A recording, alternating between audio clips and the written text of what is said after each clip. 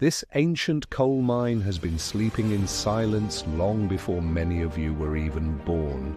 Deep within these frozen peaks, a relic of the industrial past remains forgotten by the world. I am a man belonging to the past, often returning to hear the whispers of the stone. But today the mountain does not whisper. It carries a different sound entirely. A cry of despair echoes from a depth where the sun's warmth can never reach. A heartbeat, rapid and terrified, pulses against the cold floor of the abyss. The air is heavy with the scent of wet coal and the lingering dampness of the earth. A golden eye looks out from the shadows, searching for a hope that has long been absent. The structure groans under the weight of time, a dangerous tomb for any living thing. I stood there, listening to the wind howl through the iron bars, knowing something was wrong. This place was meant to be dead. But life, however small, is still fighting inside. The cry came again, a high-pitched, desperate plea for help that shattered the silence.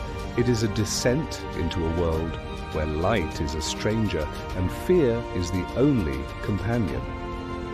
Age has slowed my limbs, but my heart still knows when a soul is in peril. I stepped into the belly of the mountain, leaving the world of the living behind. The darkness here is tangible, pressing against the skin like a cold, wet shroud. Every drop of water sounds like a clock, ticking away the remaining moments of a life. Then I saw her. A spark of orange fire trapped in a cage of stone and iron. Cruel metal and heavy stone had conspired to hold her fast in this frozen grave. She didn't snarl. She didn't bite. She only looked at me with eyes full of sorrow. The cold had already begun its work, draining the warmth from her small, fragile body. Death in this place is quiet and lonely. It comes from the exhaustion of hope. She was a creature of the open fields, now buried under miles of crushing earth. Her voice was a fading ghost, a thin thread of life about to snap in the dark. I saw the life in her eyes, flickering like a candle in a gale-force wind. The wire was old and jagged, biting deeper with every desperate struggle she made. In this suffocating silence, her frantic breath was the only proof that hope remained. One wrong move could bring the mountain down on both of us, ending our story here. She looked at me not as a predator, but as her last and only chance for life. I am just an old man, but in this moment, I had to be a savior. A spirit of the wild, reduced to a prisoner of human industry's long-forgotten scars. I knew I needed more than just my bare hands to fight the iron and stone. I prepared my tools as if preparing for a journey into the heart of the sun. The cold air burns the lungs, but the fire of purpose warms the soul. My joints ache with the coming of winter, but my resolve is stronger than bone. Each step is a promise made to a creature that cannot even understand my words. I do not carry a gun. I carry hope. In the darkness, that is the only weapon that matters. The mountain watches me, its silent tunnels judging the weight of my compassion. In the world of shadows, a single spark of warmth can create a magnificent miracle. She hears me. She knows I am coming, but she doesn't know if I am friend or foe. I spoke to her in a low whisper, a language of peace that transcends all species. Fear is a powerful wall, but it can be dismantled with patience and a soft touch. The darkness recoils from this tiny oasis of light we have built together. Finally, she accepts the touch. She realizes that I am not here to hurt, but to heal. The iron resists, stubborn and cold, a testament to the harshness of the earth. Precision is everything.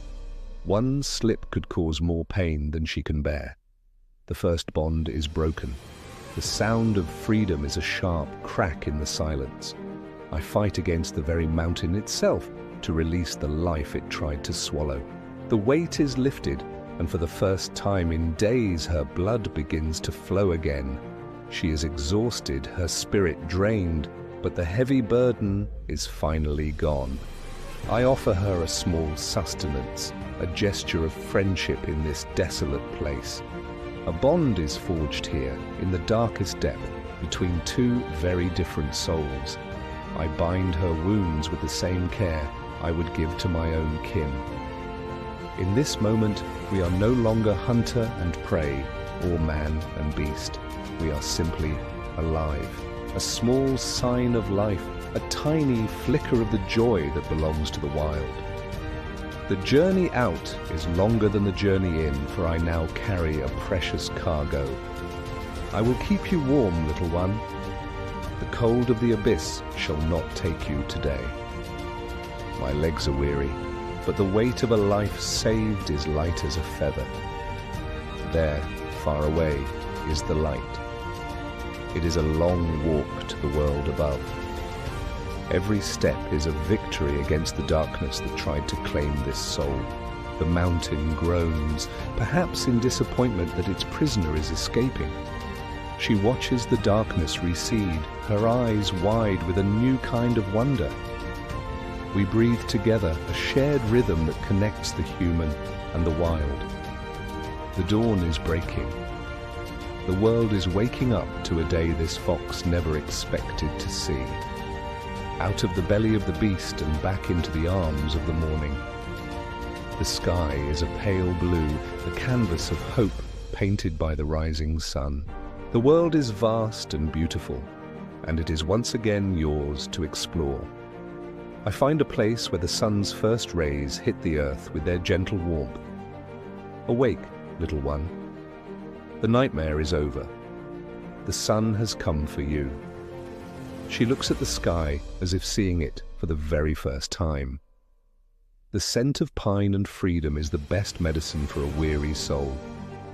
She is weak, but the will to live is a powerful engine. My part in your story is almost finished. The rest is up to you. She pauses, a silent thank you passing between our hearts. May your future be as bright as the fur on your back. Shake off the darkness, shake off the fear. You are free. Light always finds a way to penetrate even the deepest of prisons.